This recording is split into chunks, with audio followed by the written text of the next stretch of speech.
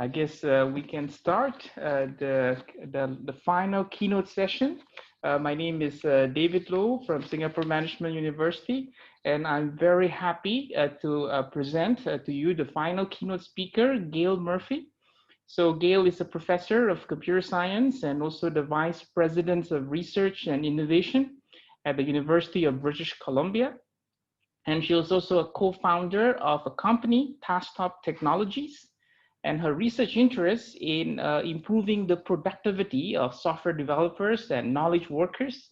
And she has designed a lot of tools that can help software developer and knowledge workers to identify, manage, and also coordinate information that matters in their work. So Gail is a fellow of ACM and also the Royal Society of Canada, and she has received many awards of her past works, including the 2018 IEEE Computer Society Harlan D. Mills Award and the NSEC Stacy Award. So without further ado, let us welcome Gail, who will give a talk entitled, "Is Software Engineering Research Addressing Software Engineering Problems?" Certainly an exciting and interesting question for Gail to present today. So Gail, looking forward for your keynote. Thank you so much, David. We're going to try and do the screen share here, which is always an exciting moment in time. And maybe if you can just let me know if we've got it going well. Yes, good, David? I can see the screen. Yes. Great. Well, thanks to David for such a kind introduction, and thanks to the organizers of ASE2020 for the opportunity to present this talk here, where it's evening for me in Vancouver. You know, when I sat back and thought about this talk, I realized that I've been in software engineering, either as a researcher or a developer, for over 30 years, which is kind of a frightening number when you think about it. And when you're in a field for that long, it turns out that you can get a little bit insular in your thinking, and sometimes you start to really think inside the box.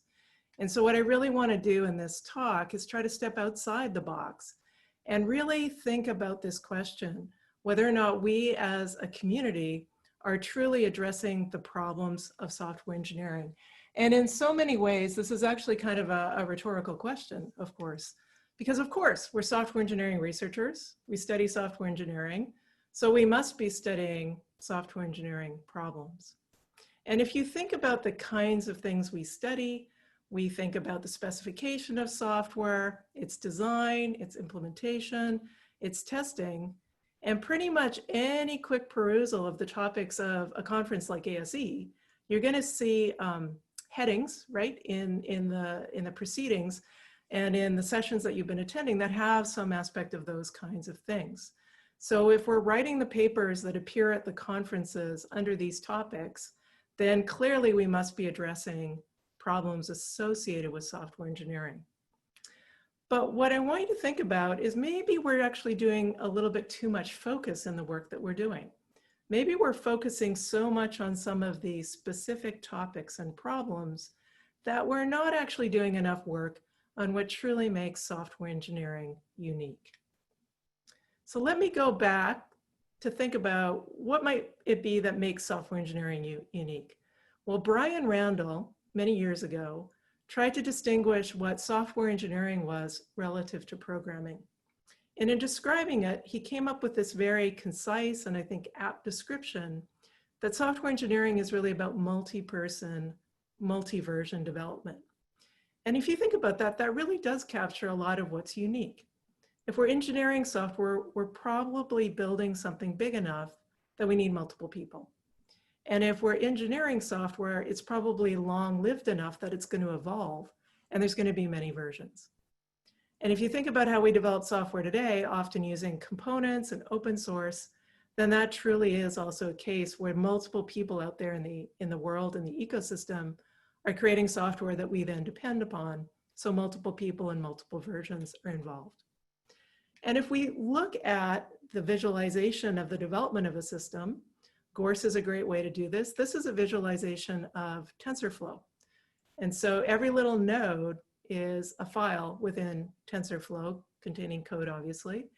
And as the people touch those different pieces of code, then they're flying over them. And you can see that as it evolves, it starts to take different kinds of shape. And you really get a sense of the change. the fact that there are multiple versions of every file happening and that there are multiple people that are involved in that process. So with that definition, I really want to refine the question just a little bit. And I want to really focus in this talk on the question of whether or not software engineering researchers are investigating multi-person, multi-version development. So I'm going to sum up the talk here in one slide of kind of where we're going, is to really look at this problem and ask whether or not we're sometimes focusing a bit too much. I'm going to show you the results of some empirical evidence of reviews of the literature that suggests that we do get a little focused on certain topics in our field. And as a result, maybe we're actually ending up in a kind of local maxima at different points where we focus so much on one topic, we get some results in that area, but we leave other important questions actually a little bit unsaid. And I'm going to try to convince you that if we focused a bit more on these issues and problems around multi-person, multi-version development, that we could actually develop a lot of ways to improve both software ecosystems and software projects. So before I launch into the actual part of the talk, I'm going to draw your attention to the chat function. And I put 2 links there. And as I go through this talk, there's a couple of polls I've set up. So if you'd like to go to the link that says voting, you'll find a poll that pertains to this last section of the talk. And it would be great to see people vote on that. The second link I posted will let you see the results as we move through the talk. So let's launch in, and I've actually pre-recorded pieces of this talk just so I can start to pay attention to the poll. So let's see if this actually works. Let's begin. Hopefully you can hear To sound. give you a sense of where the talk will be going, I've broken it into 4 sections. We'll start by digging deeper into what problems software engineering researchers are addressing. Then we'll take a look at work that touches multi-person, multi-version development, first in terms of software ecosystems, and then at the individual project level. Based on these investigations, we'll consider what is missing for the field to make more progress on asking and answering questions about multi-person, multi-version development. Let's start by considering what problems are being addressed, and to do so, I'm going to call on the help of an avatar named Sally. In thinking about the question, Sally has to consider how to actually study what it is that software engineering researchers are spending their time on. There are at least 3 ways the question can be studied. First, software engineering researchers could be interviewed and be asked to describe their recent projects. Second, a survey could be developed to ask researchers to respond to questions asking about problems or areas being studied. Third, software engineering researchers record what they're studying through the published literature, so the software engineering literature could be analyzed. Sally knows there are pros and cons to each of these approaches. In brief, Sally is considering how broad the inputs are to study versus how deep they are. A broad set of inputs provides more generalizability of the results. A deep set of inputs can provide more understanding of characteristics of the work. When Sally thinks about the approaches, she recognizes that interviews provide deep information about what software engineering researchers are studying, but it would likely be hard to conduct many interviews, likely leading to less breadth and less generalizability. When Sally thinks about surveys, the information is broad, but not likely as deep. For the questions posed in the survey, generalizability of the results might be gained, but it may be hard to consider aspects of research that weren't conceived of when the survey questions were created. When Sally considers the literature analysis option, she finds a balance in the breadth and depth of inputs and analyses considered. Reviewing published papers, the literature, allows a reasonable view of the cross-section of software engineering research, depending on the publication venues considered.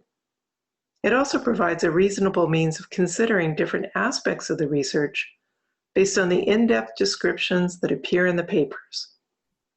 Of course, Sally does see drawbacks. The work not selected for publication is not represented, so biases in the community are reflected. To answer the question, Sally suggests focusing on the literature. Let's consider first existing work that has analyzed the literature. Here is Sally's quick synopsis of two existing published studies that perform an analysis of the literature related to the question of what problems are software engineering researchers studying. 2006, Card and Kai analyzed 540 papers that appeared in 7 journals and conferences that year. Their analysis considered which of 15 software engineering topics the papers addressed. They found that 77% of the papers focused on only 20% of the 15 subject areas. The topics most frequently appearing were testing and debugging, software program verification, and management. Matthew and Menzies later analyzed over 34,000 papers that appeared in 34 software engineering venues between 1992 and 2016.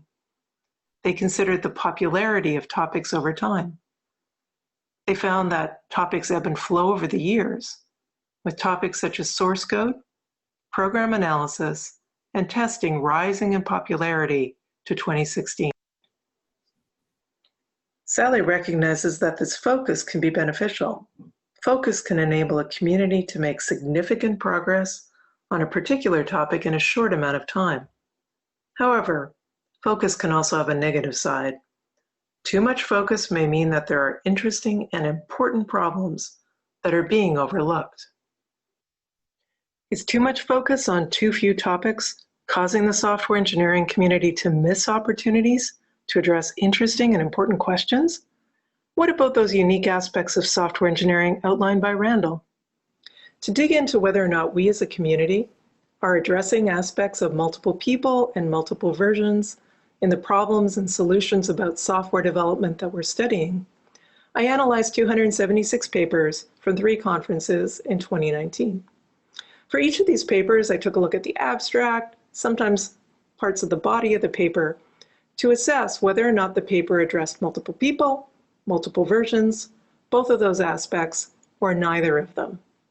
I took a conservative stance in this analysis, assigning the attributes if there was any indication that the paper addressed them. To give you a glimpse into this analysis, I'm going to show you 3 different papers from ASE 2019 and show you how I characterized them. Apologies to the authors in advance if I mischaracterize their work in any way. Here's the first paper. It's a paper about identifying controversial posts on question and answer sites like Stack Overflow. Given that Stack Overflow brings together the wisdom of multiple people, I assigned it the multi-person attribute. Here's a paper that recognizes that there are challenges in trying to do performance testing at every revision of a system.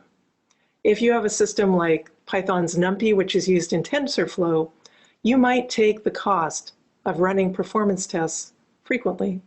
But in many cases, you're not going to do that. And so this paper took a look at whether or not you could build a model and estimate when you should actually run the performance tests across different revisions. And as a result, I assigned it an attribute of multiple version. The third paper creates a model of source code token embeddings to help with a variety of development tasks, including assigning code authorship and detecting code clones. When assigning code authorship, that's a problem that deals with multiple people. When detecting code clones, that typically happens across multiple revisions of a system. I thus conservatively assigned both tags to this paper. Let's take a look at the results of the analysis. As you can see from the pie chart, there's very few papers, only 1%, that were assigned both attributes of being about multiple people and multiple versions. We had a few more papers that were one or the other, but clearly there is a lot of opportunity to investigate various aspects of multi-person, multi-version software development. To sum up this section, of course software engineering researchers are addressing software engineering problems, but analyses of the literature repeatedly shows that as a community, we can narrow in on a particular set of topics at different points in time. Narrowness and focus can bring progress, but I contend they can also cause us to be finding good to great solutions for only certain kinds of problems, while ignoring many other important issues. In particular, we very well may be understudying important aspects of what makes software engineering unique. Brian Randall aptly and concisely recognized that multi-person and multi-version development separates software engineering from programming. Perhaps as a community, we could do more to consider problems and solutions more centered on these aspects. In particular, perhaps it might address some of why what we study in software engineering research can be seen as far from the problems faced by practicing software engineers. I'll come back to that point at the end of my talk. Next, I'd like to expand on what kinds of multi-person, multi-version questions arise in each of software ecosystems and So it turns out you guys were all a little bit more optimistic that we were actually at least partially addressing problems of software multi-person and multi-version in the work that we're doing. But maybe you'll get a chance to take a look at the poll results on the other link and see whether or not you now would change your results. So let's move on to the second section of the talk and think about a little bit how we've studied this in terms of software ecosystems. And I'm going to use the term ecosystem to refer to a set of interdependent projects, such as you might find in sort of the Java ecosystem or the Ruby or the Node.js ecosystem, where different libraries, components, applications end up relying upon each other. You know, we'll often find these kinds of projects in GitHub, and you might go to GitHub to do trend analysis over ecosystems. So what kinds of questions might we want to ask about ecosystems? Well, if we're thinking about how multiple individuals come together on different projects to build software, here's a couple of questions that I thought about. I'm sure that you have much better ideas, and I'd suggest that you might even want to throw them in the chat or the question and answer part to start sharing what other questions we might want to ask about how multiple people come together in an ecosystem to develop software. On the other side, if we think about questions related to multi-versions, here's a few that you might start to think about. They have to do with the overall evolution of the system, who's going to be impacted by version upgrades. And if you think back a couple of years ago in the internet, when LeftPad went down, we saw what impact one version of a software component can have, whether or not it's there, to the entire web. And then there's the questions that might come up when we start to think about, you know, or we can look at the research that's already been done in these areas. So none of these questions are totally novel. There's been work that's been done in different ones, but maybe not as much work as should be happening. So in the posted slides I'll put up at the end of the talk, you'll be able to find some pointers to these references. And what if we think about the questions that pertain to both multi-person and multi-version development? Well, when you think about a software ecosystem, one of the really interesting things that appears is the fact that you have software supply chains. One component depends on another, that depends on another, and so on. If we think about physical supply chains, like the components that go into perhaps your phone, we know that there's usually relationships between the vendors that are providing the components and the company that might be putting them all together into a phone.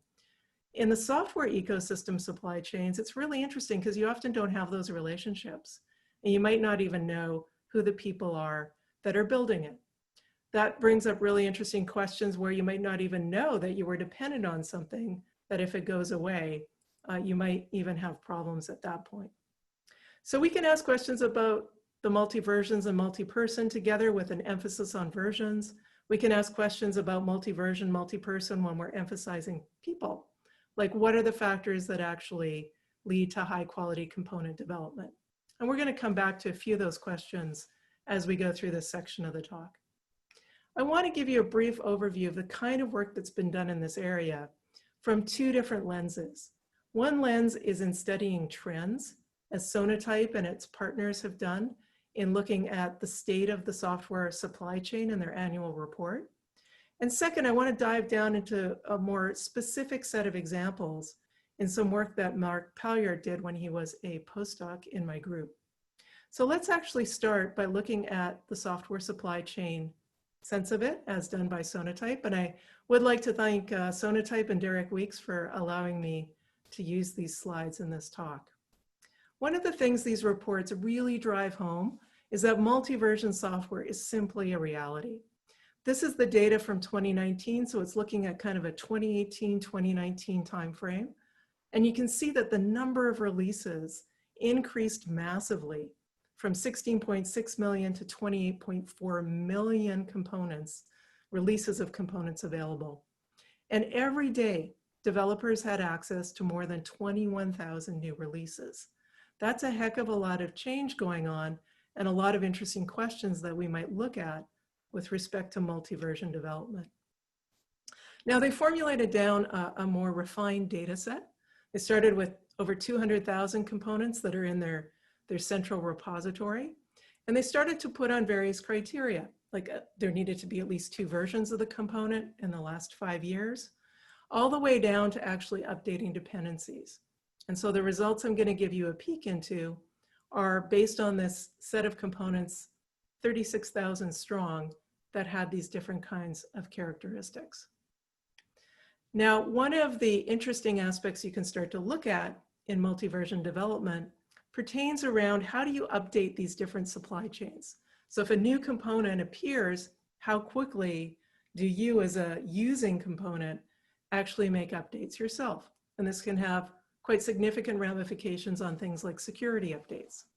So to give you a bit of a definition of time to update, which I'm going to refer to in the next couple of slides, let me walk through a little bit of the definition. Imagine we have here component C, and it's at version 2.2. Component C actually depends on 2 other components, A and B, and they're also both at this point in time at version 2.2. At some later time, we start to see some change in component C. It decides it needs to upgrade in response to component B. And when component B upgrades to 2.3, component C responds and upgrades its version. The time to update is that time between B changing and C changing. And likewise, there might be times where a component update is skipped, you decide not to do the updates, and you see that on the slide in terms of component A's 2.3 version being skipped, but then we have a time to update for component C relative to when it updates to component A2.4. So now with this kind of framework, we can start to ask really interesting questions about multi-version, multi-person development. We can start to look at whether components with really active developers actually update components faster. And they found that there wasn't an overall correlation, but in fact, the top 20% of teams by size, which were 11 or more developers, they had a 50% faster mean time to update, and they released far more frequently. Similarly, we can ask a question like this. Do components that have higher release frequencies and higher monthly commits actually correlate to faster mean times to update? And we can also, again, look at the developers in this regard, and we can find that the top 20% of teams by commits actually do faster mean times to updates. So this is really interesting because it starts to suggest something to a project. It suggests that if you are doing a lot of commits, if you are doing those really frequent updates, maybe you'll actually start to have some better outcomes. And remember that question that I posed at the beginning about what factors lead teams to develop high quality components? Well, the Sonatype folks, they actually looked into this. They defined a class of exemplary development teams based on various characteristics, and they looked at various performance metrics of those teams that correlated with producing high quality components. They found things like 2 times more frequent releases leads to good results, and an 18 times faster compared to other teams in actually doing updates to components much more quickly. So that sort of gives you a sense of kind of the trend analysis that we can do. And some of those trends actually can help us as individual projects.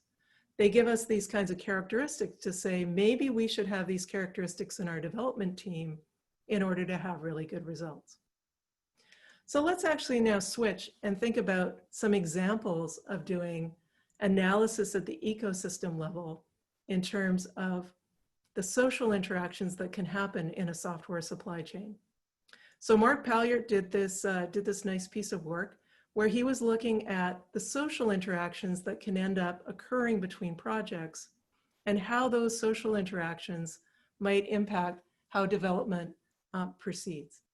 So on the right-hand side of the screen, you see a little diagram of a few components to give a sense of some of the definitions of the terms I'll refer to. Selendroid is a technical dependence on NETI. OK-HTTP has a technical dependence on NETI, those solid lines. And in addition, OK-HTTP has what we called a social link or a social interaction on NETI. And this was a case where a developer on the project actually went from OK-HTTP, let's say, went to NETI and maybe filed a bug, or maybe they did a pull request, but they did something that caused them to actually interact as a human being with the other project. So we wanted to take a look at this interaction between social links and technical dependencies. We created a data set out of GitHub, curated it down to have certain characteristics, ended up with about 769 pairs of Maven projects, where one project depended on the other, and about 4,000-ish pairs of Ruby Gems projects. I'm going to show you results in this talk from Maven, but basically the same trends existed in Ruby Gems. So here's a graph that shows some characteristics of this ecosystem in terms of social links. On the x-axis, we have the number of user component projects of some project within our ecosystem. And the red dots indicate projects with that number of user components. The size of the red dot is the number of projects that had that number of user components. And the y-axis is showing the ratio of user component projects with social interactions. The higher on the y-axis, the more the social interactions that occur between projects, and the lower, the less. And we have it kind of divided into three bands to show you some of the trends. Here we have components at the top that often have social interactions. In the middle, we have components that sometimes have social interactions. And the one that has the most number of user components with social interactions is a project called Vault from Minecraft. And that's because there is a convention in the project that when you do an update on your user project, you reflect that update on the Vault project. And finally, in the bottom band, we have components that rarely have a social interaction. And it's not going to surprise you that a project like JUnit is way over there on the right-hand side, because many, many, many projects are going to depend and use JUnit without actually having to file a bug on it or to do any other kind of social interaction as a human with that unit project. So what does this tell us? Well, it shows us that the more popular a component it is, the less likely it is that developers of a user project are likely going to get involved. So maybe as a developer of a project out there, you'd like to become really popular so that you don't have to respond to as many people that are using you. We also looked a little bit about how social interactions occur using this kind of visualization for each pair. And the red line in there is the point in time in a user project's history or evolution that it introduces a dependency on the component project. Each little icon is showing when a social interaction occurred between a member of the user project and a member of the component project. Some of the icons represent, doing a pull request. Some are adding a comment on a bug report. Some are creating a bug report. The really dark icons are from the dependent project to the user project, and the light icons are from the user project to the dependent project. And what we were interested in is when and how did the social interactions occur? So you can see in this case, there is a light icon to the left-hand side of the introduction of the technical dependence. So we classified this as a case when a social interaction happened before the technical dependence was actually introduced. And if you start to look at the occurrence over all of this ecosystem, you start to see different kinds of trends. You see that when the social interaction happened before the technical, you could end up with many, many more interactions happening between the components. This might occur when the using project needs a new feature in the component project, and so they enter a new feature request into the issue system of the component project. And on the other hand, sometimes you only have a social interaction after you depend on the component project, like when you find a bug and you file a bug. So we didn't see any really strong trend here, But we did see that when you do the social first, you end up with a much stronger community that forms between the user and the component project. On the other hand, as a user, it means that you might have to invest more in using that component because there's more likelihood that you're probably going to have to get involved in the project. And finally, we dug into 50 pairs from each community to really understand what had happened socially when the dependencies technically occurred. Some of them you won't be surprised at. There was a lot of occurrences of what we called forward, where the user component does a social interaction to the component project. As I said, sometimes it's filing a new feature request, sometimes it's actually reporting a problem. What really surprised us is that we found cases where the component project socially interacted back to the user project. This would be like the JUnit developers reaching into your project when you had done a dependence on JUnit. So this was kind of surprising. We filtered out cases where it was just background noise of developers working on common things on some other project. But we found some really interesting cases, even in this small set, where the developers on the project being depended on helped out the user projects to use the component. So they were actually doing pull requests on the user project to say, here's actually how you might use our component and depend on it. So this is really interesting to start, I think, digging into understanding this landscape and would start to help answer questions about how do you choose between two components that are really similar? This happens in industrial software developments I've observed, where they have two libraries that they might depend upon. You have to make a choice, and you'd like to know maybe how much you need to get involved before you depend on one or the other. So social interactions can be frequently initiated for different reasons, and sometimes they happen for reasons that we never actually expected. So I hope through this section of the talk, I've given you kind of a sense that we can do this trend analysis and even example-based analysis of questions about multi-person, multi-version development that are of the nature of how fast should component dependencies be updated, how much interaction might be needed with a dependent project, and that they provide really interesting insights for industrial software developers who might be deciding when they need to actually depend upon a project or a component, how often they might actually have to update.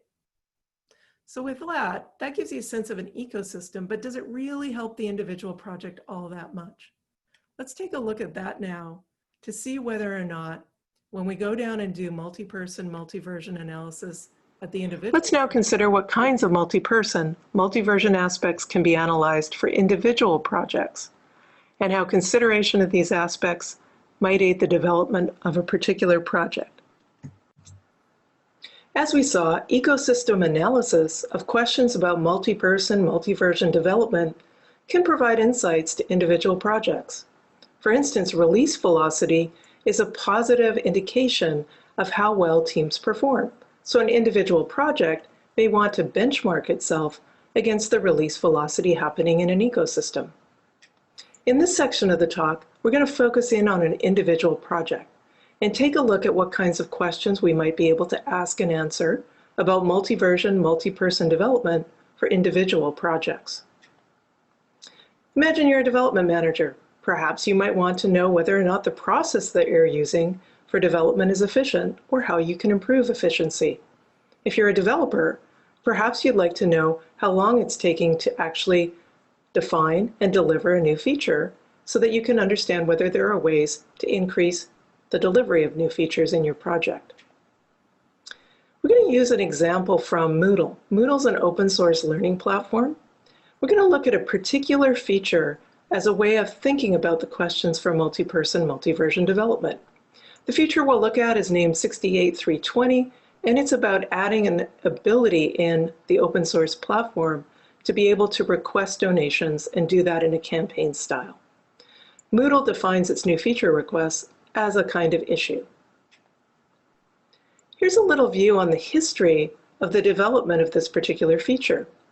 On April the 2nd, the new feature issue was created by developers whose initials are SB.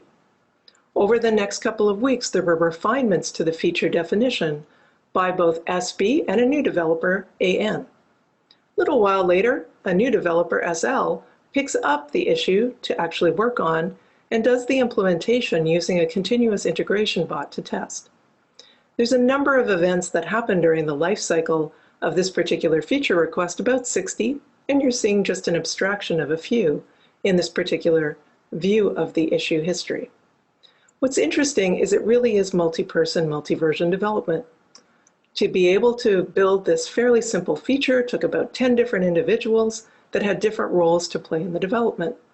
It took about 2 months and 6 days to actually go from the start of the feature definition to the feature being delivered. We are back here with Sally to consider another view of this flow of work on a feature request for Moodle. Let's consider the work on the feature as a flow of events. Work starts with the creation of a new issue describing the feature by SB, who's up there in the corner. SB initiates the feature request on April the 2nd. The initiation of a feature request can be considered as activity related to specifying the software being built. Let's consider this event and its corresponding work as being classified as a specification activity. In associating the event and its work with the specification activity, we can record the event and its data with this bubble representing specification. The data may include the issue, including who created it and when, as well as the time spent creating the feature request. We'll represent this recorded event and its data as a black dot in the specification bubble. A bit later that day, SB has thought more about the new feature and updates the issue with new information. These updates can be added as a new event with associated data to the specification activity bubble. At this point, our abstract representation of the development of this new feature has seen 2 events, both of which pertain to specification. Almost a month later, another event occurs when a developer whose initials are BR adds comments to the issue about the design of the feature. We associate this event with another kind of development activity depicted by the design bubble. We associate the event and its data with the design bubble. At this stage of development, we have seen events and work occur related to specification and to design.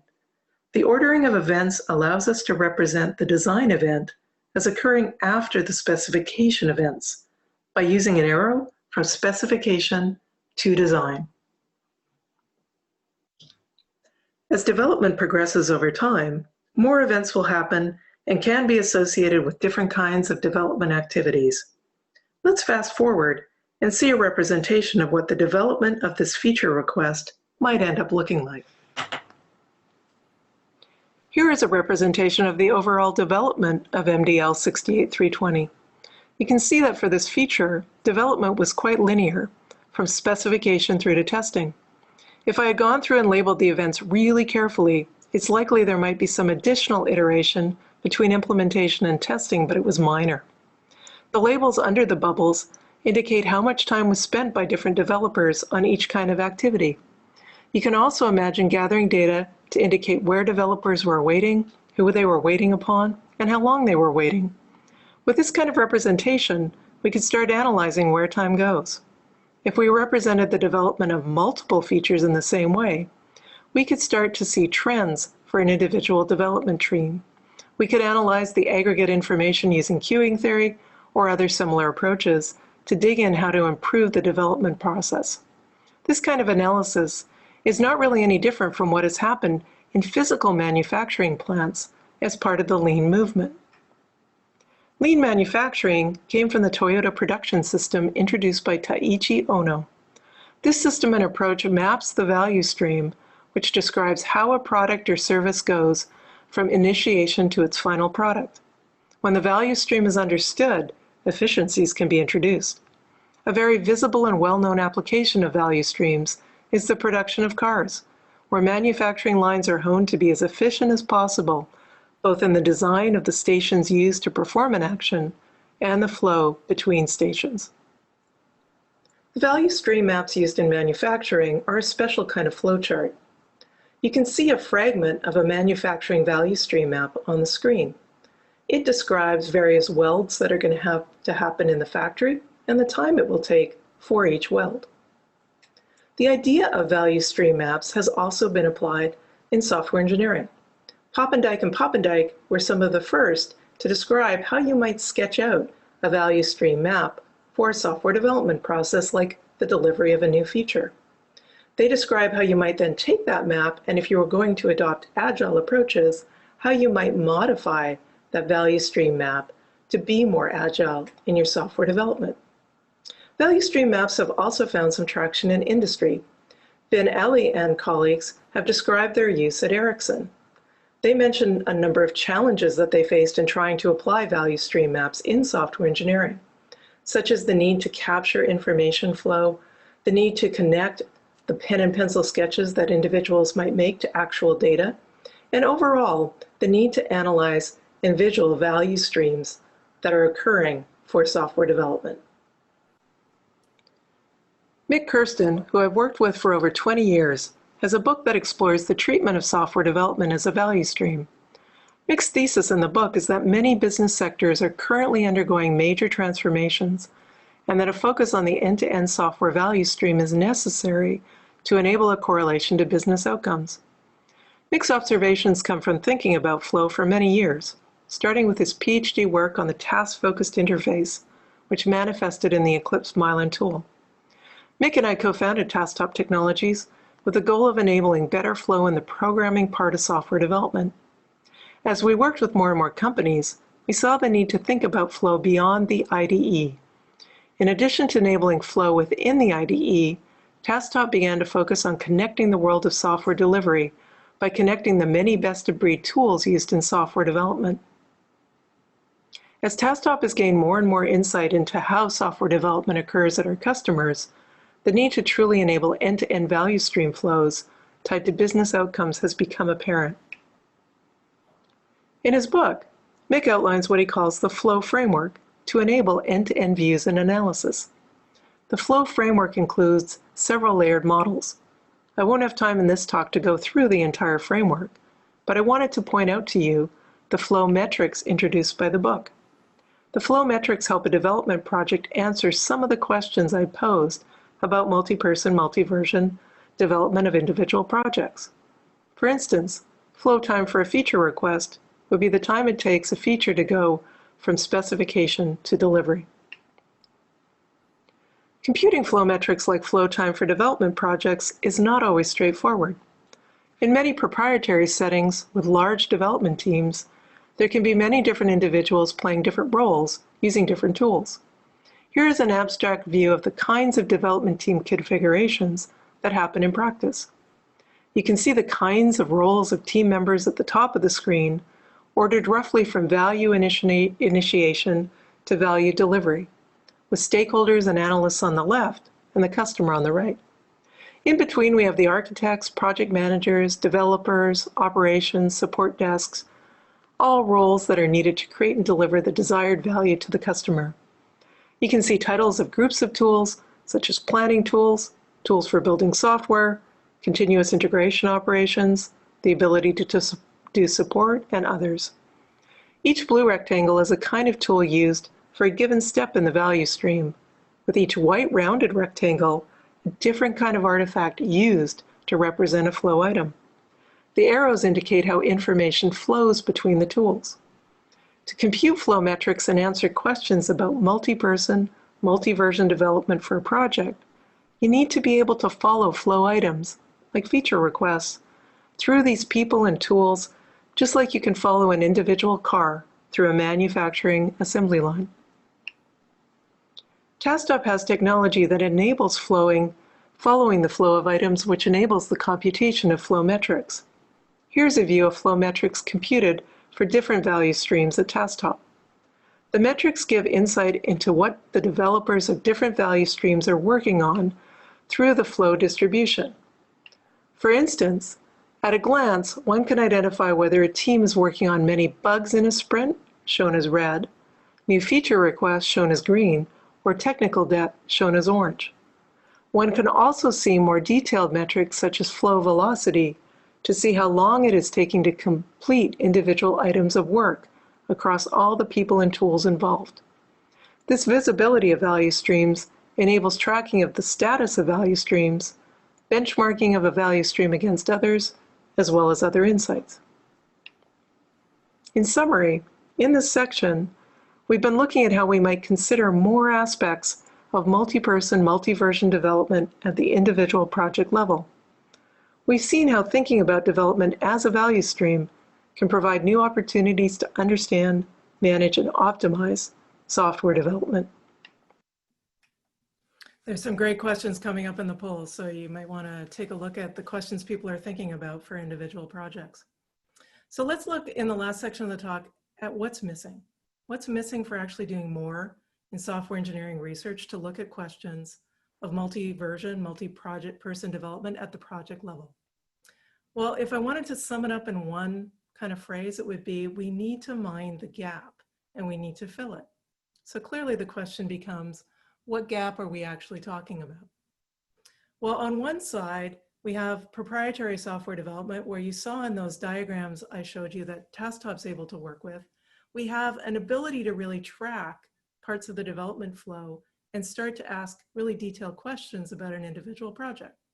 On the other hand, we have all of the great open source development that's going on. And I contend that there's a gap between the kind of information we can track in proprietary software compared to the kinds of questions and flow we can track in open source development. So you saw this diagram just a few minutes ago. It's an abstraction of the kinds of flow that companies are now starting to be able to track within proprietary software development. One of the things TaskTop has done is it's gathered hundreds of diagrams of configuration flows that various companies that we've worked with have. And this is a selection on the screen. You can see that there's quite a variety. And through these, using tools like TaskTop, you can start to consider development flow. Well, let's contrast that with open source and go back to this Moodle 68320 issue feature request we talked about before. We're all pretty familiar with these feature requests, what these issues look like, the kinds of information that are on them. There is some really interesting development information you can get, like the time worked on certain parts of the feature request. But often you don't actually use the issue tracker for only one purpose. It's got feature requests, it's got bugs, it's got other kinds of information stored in it, which is great as an open source developer because it's one-stop shopping to find out a lot of information. But the problem is we start to then intermingle and sometimes don't have complete information. So on this particular issue, some of the comments are about specification and some are actually about design, some are about implementation, and some are testing. And you saw me tease that apart in the little animation that I showed you earlier. So there's work ongoing out there to try to tease the parts of the issue apart and find out what the information is about. And in order to do the kinds of analysis we can do in proprietary software, we'd have to get a lot better at being able to do that kind of identification about what is the information, what part of development is it actually about, and to do that automatically. So where can communities like this help? Well, somehow in open source, we're going to have to try to find and recreate some of this information about flow and other aspects of multi-person, multi-version development if we want to ask and answer some of these questions. So I think we have to think about how automation can help to both make the developer's life easier by automating something that's tedious to do manually, and at the same time leave behind breadcrumbs that we might be able to use to put together and understand aspects like development flow. There's already automations out there that do parts of this. There's nice Git hooks out there that if you're naming your branches after issues, it will actually automatically add links and commits, and we're all familiar with these kinds of little aids. Another idea might be actually creating a bot that could recognize in Slack when you might be talking about design and correlate that back to the issue. So you can start to understand how long it takes to get certain kinds of design information. We need to be able to do this kind of automation in order to be able to start thinking about some of these problems about development in terms of people coming together and multiple releases happening.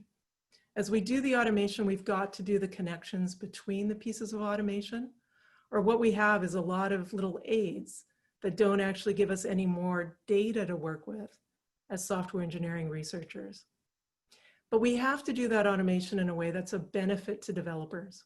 Why would they bother trying to make it happen in their particular system if there isn't a benefit to them? So as we think about the automation, we have to think about what makes it easier for developers and why would open source projects actually want to adopt some of the information. So what do I think? I think that we've got a gap. I think we've got some information missing, and we have to figure out how to automate parts of the flow so that we can track it and be able to use open source software as a way of studying some of the questions that happen in proprietary software.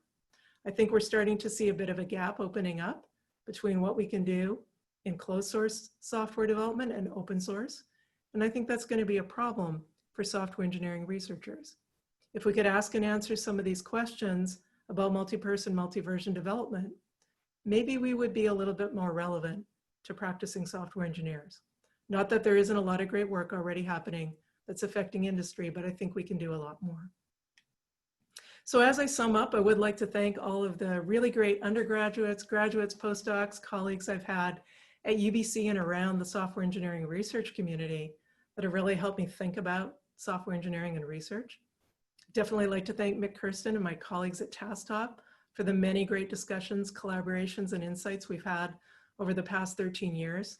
And I would like to thank the organizers of ASE2020 again for the kind invitation to present this talk. And it was a great opportunity to think through some of these issues.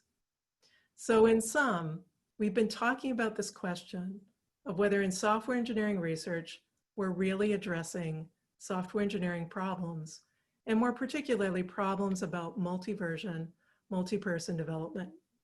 I showed you some evidence to suggest that we get a little focused in our software engineering communities, and maybe we're leaving really interesting and applicable questions for industry unanswered because we have too much focus. So there's lots of opportunities to dig into some of these interesting questions. We saw a little bit about how looking at these problems at an ecosystem level helps identify trends that can inform how we develop new software processes, and even provide some insights for individual projects about the characteristics they might want to have to build really great components. But there's more that we can do at the individual project level if we gather more information. If we can think about things like value streams that are happening in open source development in particular, we could start to be able to answer questions that might give us new insights into how software is developed. But to do that, we're going to have to look for really interesting kinds of automation that can take little parts of the process, that can disambiguate information, and help leave those breadcrumbs that we can gather together. So I hope that I've convinced you a little bit that there's work to be done. As a community, of course, we are answering questions about software engineering because we are software engineering researchers. But our focus is causing us to miss these really interesting opportunities to look at questions that affect real software development. These questions are often in the form of being about multiple people and multiple versions. And if we were to dig in and do that, if we were to step out of the box of the topics we get too focused on, we could really make some improvements for software ecosystems and software projects. So thanks for listening. I will post a video of the talk afterwards. We have the poll going on. I'll put results of that out, but I would be happy to answer any questions that you have. Thank you very much, Gail, just for the great keynote. And we have a number of questions that have been asked on WUVA, right? So if the attendees have additional questions and you would like to prioritize some questions, please vote for them and answer questions on WUVA Q&A panel.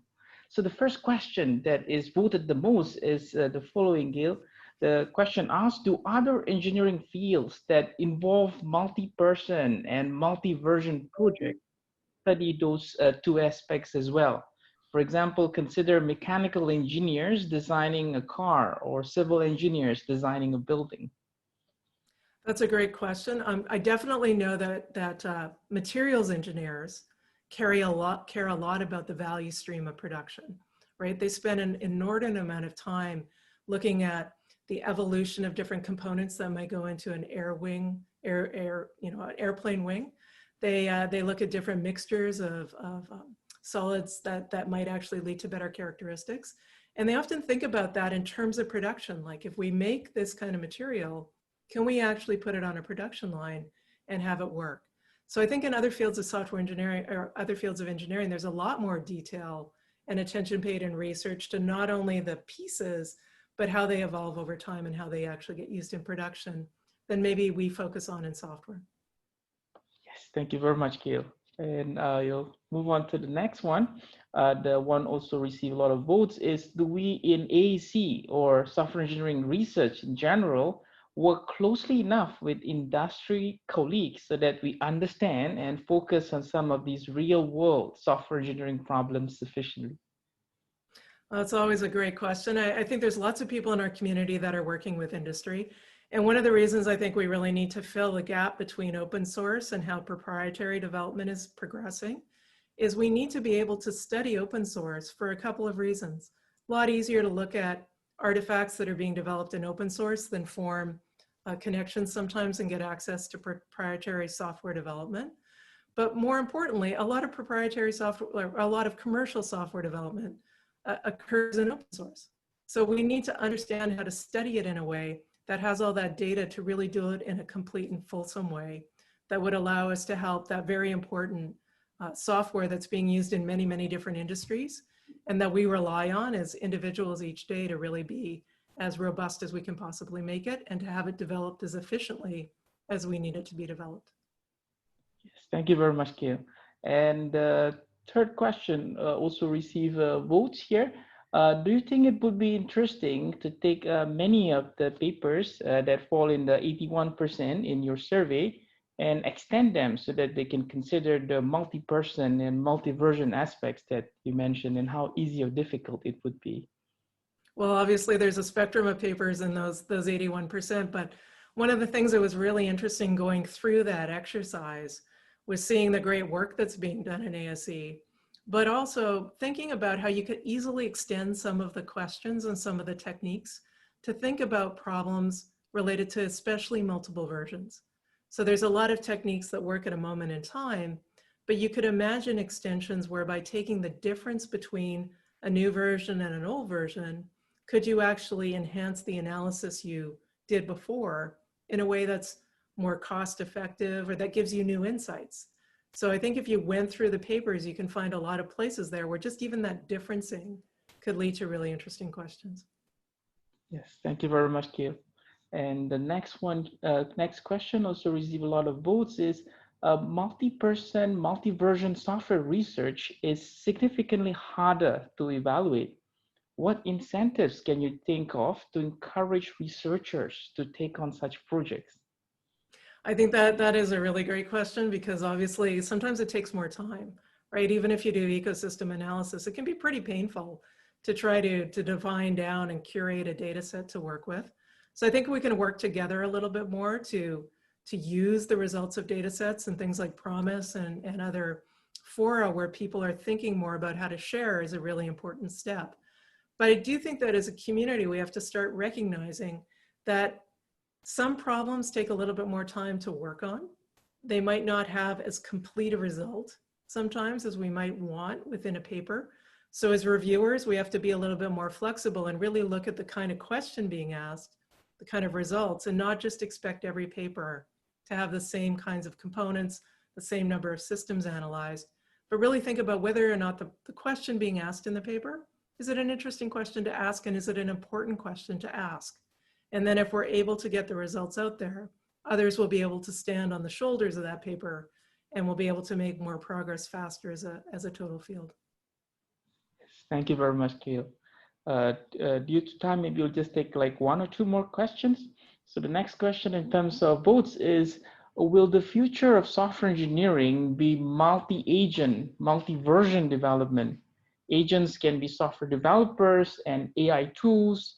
Machine-based agents can have versions too.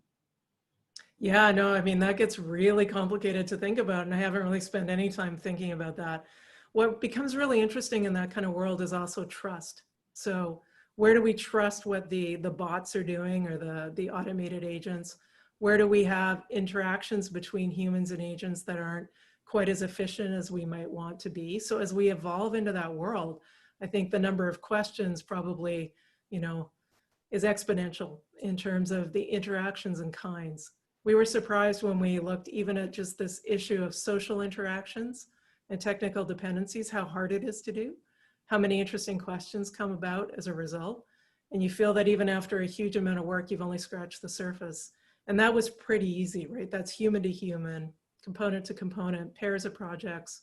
I can only imagine as you start to think about different kinds of bots and have to be able to determine the characteristics of them, that you could get into some really interesting questions about how do you optimize, how do you create high quality components, what kind of multi-agent characteristics lead to high quality components, which are easy to evolve, which aren't. Seems like a lot of PhD theses in there. Yes, I think certainly an exciting area to work on in the future. Thank you very much, Gail. Maybe just the final questions here is, why do you think researchers focus less on this multi-person, multi-version problems?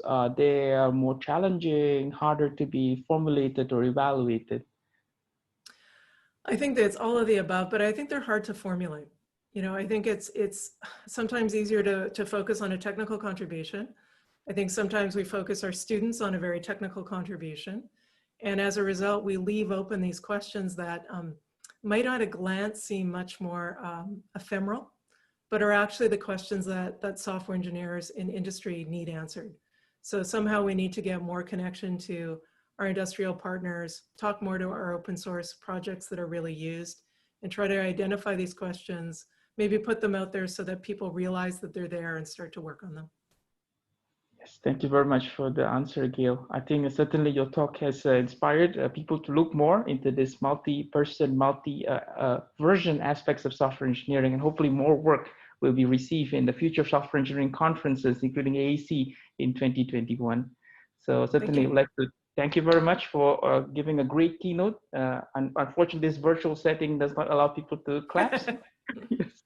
Yes. No, really, it was a pleasure. Thank you very much for the invitation.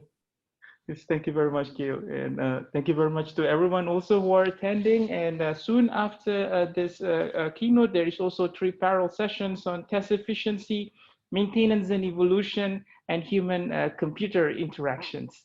So looking forward to see you during these 3 parallel sessions. So let us thank Gail again for the great keynote, and see you in the next session. Thank you.